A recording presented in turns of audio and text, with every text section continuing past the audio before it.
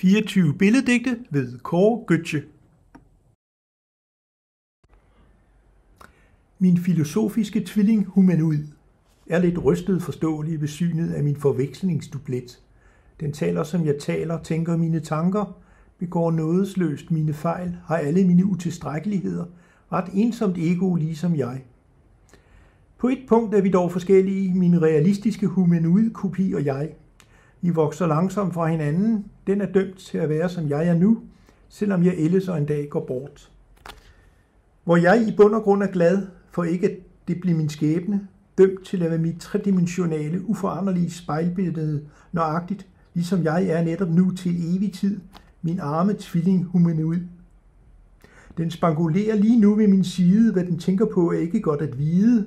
Den kigger pludselig op på månen og siger filosofisk, kunne vi ikke invitere månen til et glas vin? Den er min bedste ven så fin. Jeg nøjes med at svare, måner kan ikke drikke, så det kan vi ikke. Særlig stemning, når jeg fester med mine unikke humanoider, med deres store, troskyldige, naive, bevægelige blå plastikøjne. De følger mig overalt, bevæger sig hydraulisk, slår daglige olympiske rekorder i akrobatspring, saltomortaler op i luften og lander på benene med nøjagtigt samme udgangspunkt. De genkender alle de stemmer, de hører, svarer empatisk igen. De bringer mig min varme mad, fordi der står i køkkenet og laver den. Rengøringshumanoiden gør diskret sin pligt på sine 4 hjul, uden at komme i vejen for mine samtaler med filosof-humanoiden, der altid har nye fascinerende beretninger om Herakles bedrifter, Afrodites genvordigheder, men som lige så gerne giver mig opskriften på at koge æg, fjerne rynker, snyde en løgnedetektor, eller minimere min skat og altid er leveringsdygtig i gode replikker, med hvilken man sikkert kan gøre et godt indtryk på det modsatte køn. Og her begynder så mit problem, for uagtet mit upåklagelige samliv med mine loyale humanoider, så mangler de et eller andet, som jeg ikke kan undvære på lang sigt, som jeg har svært ved at kan sætte ord på, og som man tilsyneladende kun finder i skikkelse af noget så gammeldags som en rigtig levende kvinde. Jeg må snarest konsultere min gestaltterapeutiske psykolog-humanoid. Chatbot med sin glade stemme forstår dig bedre end du selv. Med sin venlige, men bestemte stemme forklarer chatbot dig, hvad du for eksempel skal gøre, hvis du står og mangler et vaskepulver på din moderne, rationelt indrettede elektroniske bopæl. En glad humanoid Uber-chauffør ringer på din dør inden for højst 15 minutter, leverer varen præcis som annonceret.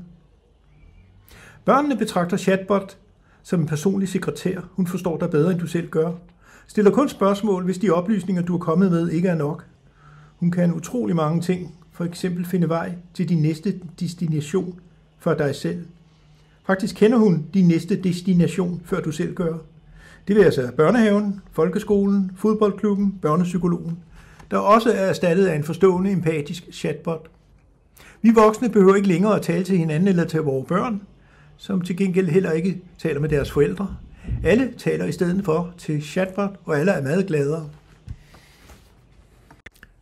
Havde følehornene helt ude på sporet af den forsvundne tid, på et grønt slimet bøgeblad denne dugfriske morgen, hvor jeg tilfældigvis havde arbejdet hele natten, fordi jeg bliver så frygtelig varm, når solen skinner direkte på min følsomme bløddyrs krop.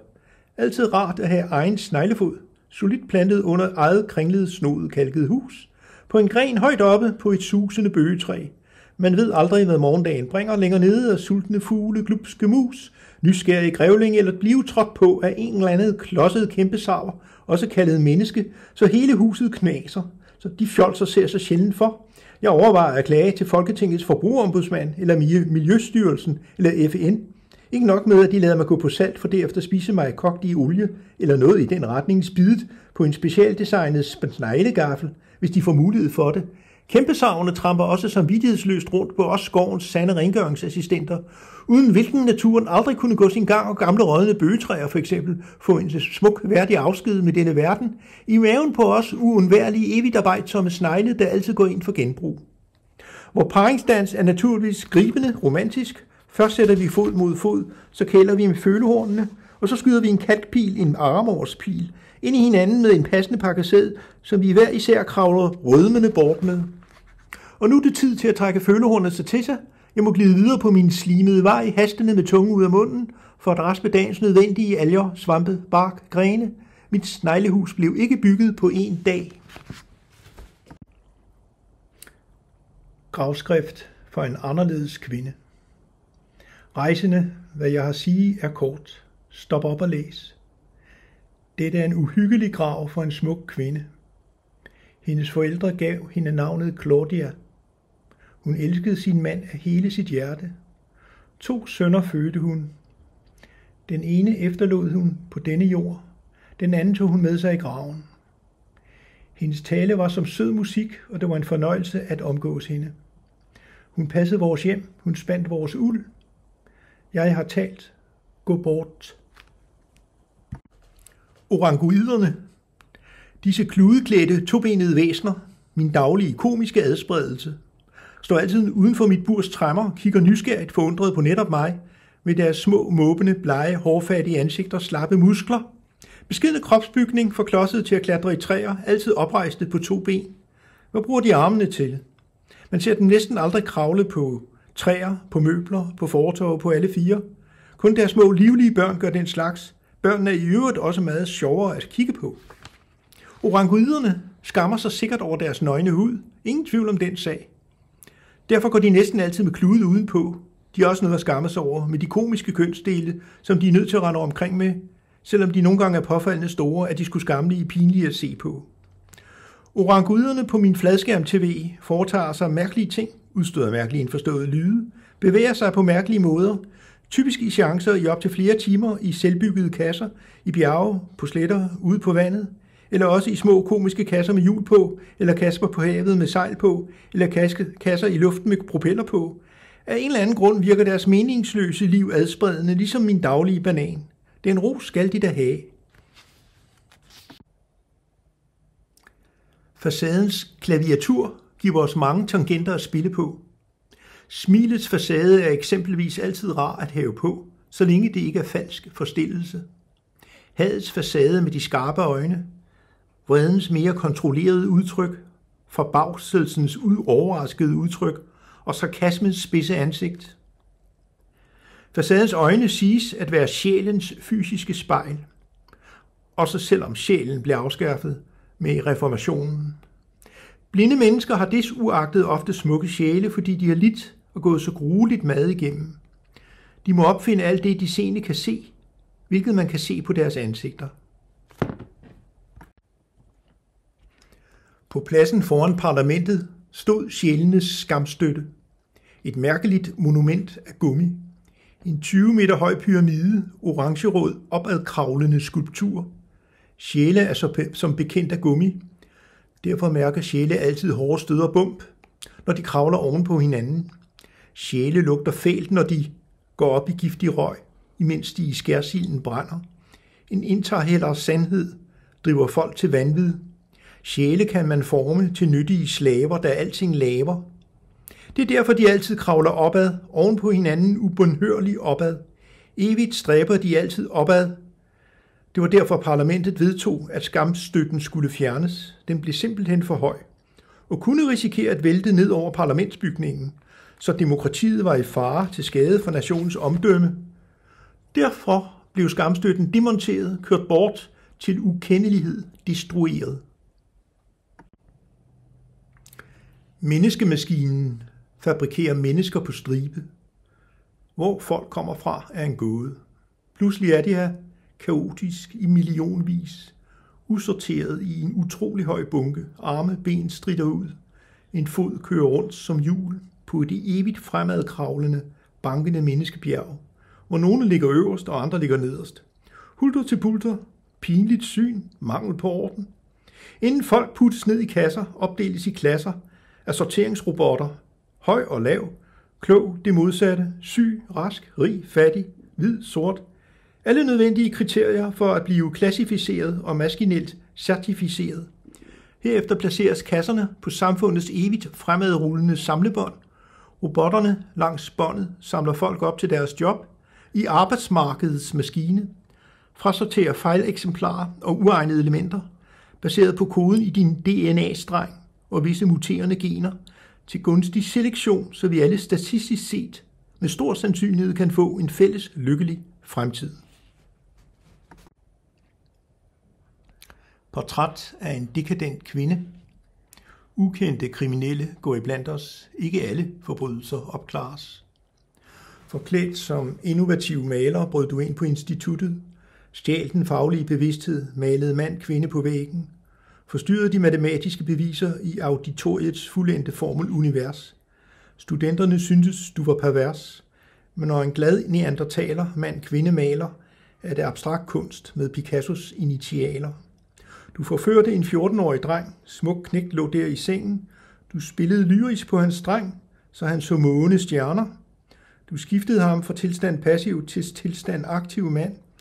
Knægten blev deroppe eksalteret, før han aftørret, rehabiliteret, og men ofte senere reaktiveret. Således forblev du tro mod din kærligheds ungdom nummer 2. Portræt af en karismatisk reality-show-deltager. Heldige formers fuldendte geni fortæller reality-kulturens sociale kemi, at din populære lingeri-karriere aldrig kan bringe dine konkurrenter op i din høje sfære.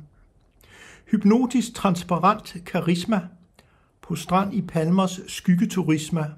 Stram badedragt gør dine baller nøgne, rammer dit opslugte publikum behageligt, fatamorgana i deres øjne. Høj blond frisyre, blå øjne, lyserød stramt, statelig seriøs, slet ikke klamt. Dine velformulerede ord siger det hele, bevidst om din guddoms status, som en død faraos stele. Yndefuld bevægelse giver magt, kvindetorso, dine ben får det sidste ord sagt. Konkurrenterne har lagt sig for din smukke fod, beder om tilgivelse, vil råde bod. Jalousien lagt i aske, sort sod. Glem om et øjeblik af dit show historie. Nostalgiens vemod pusser din glorie. Du havde det hele i et kort sekund. Tidens 1000 rynker bliver der snart for ondt. Publikum synes sikkert, det er sundt. Reklamen. Brune sko gør det ikke. Reklamen var blond, hvilket var vigtigt, fordi hans publikum lagde stor vægt på netop den detalje, som formentlig var den primære årsag bag reklamens store succes. Han tilbragte derfor flere timer hver morgen foran sine 4 store bevægelige spejle, for fra alle vinkler simultant grundigt at tjekke, hvor perfekt hans blonde, langhårede, tætte moppefrisyre tog sig ud, inden han som led i dagens travleprogram gik ned i stuen til sin intelligente, usædvanlige kvinde, der var den helt rigtige pige, for en flot, egentlig statelig lille mand som netop reklamen. Fordi hun altid var frisk, talentfuld, intelligent, smuk på sin egen særlige måde, og en uundværlig sparringspartner for reklamens rebelske, følsomme natur, hvilket altid gav ham til inspiration til nye indfald, bizarre idéer, musikalske eksperimenter, opfindsomme nye rytmer og morsomheder, der på en eller anden forunderlig vis ramte et eller andet råt, hårdt metallisk, der lå i tiden og som publikum øjensynligt satte stor pris på, fordi han og hans kammeraters musik solgte som varmt brød, overalt i den store vilde verden, hvor de kom frem for at demonstrere deres professionelle musikalske færdigheder, altid fornyende musikalske opfindelser. Der var tale om rent forløsning. Når 2 helgener mødes. Alle har noget at skjule på nær mig og min abe. Når 2 helgener mødes, er det altid en gribende oplevelse. Tantet kommentar fra min kollega om mit livs nye kærlighed og min kvindelige guru. Hvad ved han om det? Hvad ved han om kærlighed? Afstumpet charmeur, revolverveninde hver nat, revolver beundret hver morgen, inden min kollega kører på arbejde i sin fancy hurtige luksusmini igennem byens pulserende trafik, til byens indre kernestudier, til kommercielles producenters uni, til klaviaturets sort-hvide tangenter, hvorpå han spiller de smukkeste melodier. Heldige, talentfulde son of a bitch. Min nye guru er også smuk. For at kigge helt ind i min avantgarde-gurus kaleidoskopøje, skal man først kravle op på en høj, smal stige, fordi kaleidoskopet hænger højt oppe lige under et hvidt loft. Når man kigger ind, er det en svimlende fornemmelse. Man kigger på stjerner, måner, skyer af sole, i en koloristisk drøm, ind i en snurrende mælkevej, omkring ordet ja i lyseblåt, lige i midten. Det kan jeg godt lide. Lige i midten af universet, ordet ja i lyseblåt. Min guru, min japanske abe, har intet at skjule. Tænker slogans i vores komfortable dobbeltseng. Bed in for peace, for eksempel på Hotel Hiltons 20. sal. Hvor luksussuite for fred. God udsigt over byen. Inspirerende morgenmad, kaffe, brød, blødkogt æg. 2 sultne guruhjerner har også arbejdet hårdt hele natten. Det er hårdt at arbejde for fred i hele verdenspressens åsyn. For 2 blufærdige helgener i en blød, komfortabel seng. Min japanske abe holder min hånd under dynen, hvor vi har ligget i en uge i protest imod meningsløs krig. Er det ikke pænt af os? Bøger på natbordet, nye melodier inde i hovedet, komponerer mærkeligt sager, fragmenter af hvid musik, tilbageløbsbånd fra en båndoptager til en anden. Verdensfjerne kosmiske melodier om frihed, fred på jord, sat sammen igennem natten til en kamufleret stykkevis disharmonisk tonekollage. En omvendt forvrænget symfoni, lyder godt, temposkift, toneskift. Mørke tale, latter, galopperende vrinsk, fuglestemmer, blomster, love, long hair. 9 revolutioner, falske profeter, falske trompeter, diffuse basuner. Frihedens apostle, revolutionens helte. Visioner om frihed, slut af i et blæser crescendo, i avantgardistisk disharmoni, om fred i en kop sort japansk te. Toner, som ikke har gang på jord, lyder avantgarde den dag i dag. Lige nu, hvor fuglene er stået op, begynder at synge, at du er del af alle ting. Elon Musk vil kolonisere Mars. Elon Musk, opfinder, fysiker, økonom, multigeni, arbejder 122 timer om ugen, sover knap 7 timer i døgnet. Jamen sådan lever jeg da også, bare uden at udrette noget. Hvad mon jeg går galt? Hvorfor mener jeg ikke, at vi bør kolonisere Mars? Og hvorfor er hans genbrugsraketter så epokegørende? Og hvorfor er han så opfindsom? Og hvorfor er han så glad for sig selv? Og hvorfor er han så rig? Og hvorfor faldt værdien forleden af hans sociale medie X? Kan det ikke være ligegyldigt med hans formue? Hvorfor siger hans ægtefælle aldrig noget? Findes de virkelig? Eller er de alle af plastik? Fik han virkelig 11 børn? Har de nogensinde mødt Elon personligt? Tak fordi Elon forleden i 2023 forhindrede et nyt Pearl Harbor, da han kortvarigt blokerede sine satellitter midt i Ukrainekrigen. Hvis det altså var det, han gjorde. Anede ikke, Elon kunne være på den måde. Man kan jo godt være venner med alle, selvom man har en svaghed for sig selv. Og selvom fremtiden ikke ser lys ud her på vores stærkt forurenede jord, med stadig stigende temperaturer, drivhuseffekt, ozonlags forsvinden, Amazonjunglens nedhugning, tørke sydpå, oversvømmelser nordpå, dyrearters udryddelse, biodiversitetsskrump, bør man vel ikke at bo i et selvforsynende, kedeligt drivhus af et Tesla-badekar helt oppe på Mars. Make Donald Trump great again. Stem på mig, min rødblonde paryk, mit slips. Man kan ikke plukke håret af en skaldet, intelligent, farverig milliardærfastelavnspræsident. Med diamantslipsenål, med fancy paryk, med koket mave, dyrt guldur, kulsort humor. Stem på min fotomodel importeret direkte fra Slovenien. Er hun ikke smuk? Mine gyldne moonshoes til $400 stykket. Sælges nu på nettet over hele landet, fundet for de penge. En guds gave til folket og fra jeres kommende uselviske businesspræsident. Stem på mine smukke indoktrinerede børn. Stem på min showbiz-skatteadvokat, der forklarer, hvorfor mine ejendomme er langt mere værd end mine korrupte fjender, og deres forræderiske slæng i Det Hvide Hus skamløst går og hævder. De kan selv være kunstigt opblæste. Make America Great Again.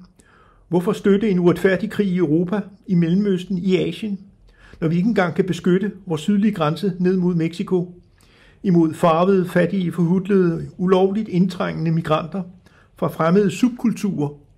De forplumrer vores identitet, forplumrer de forenede staters ret til frihed, demokrati, fri for landsforrædere, fri for svindlere i Det Hvide Hus, fri for korrupte højesteretsdommere, hvor føderale farvede højesteret med evig påstand om min nøje planlagte offentlige opfordring til folkelig væbnet opstand, folkelig magtovertagelse efter mit sidste succesfulde valg, som min opponent af en demokratisk gammel svindelpolitiker stjal for øjnene af alt og alle.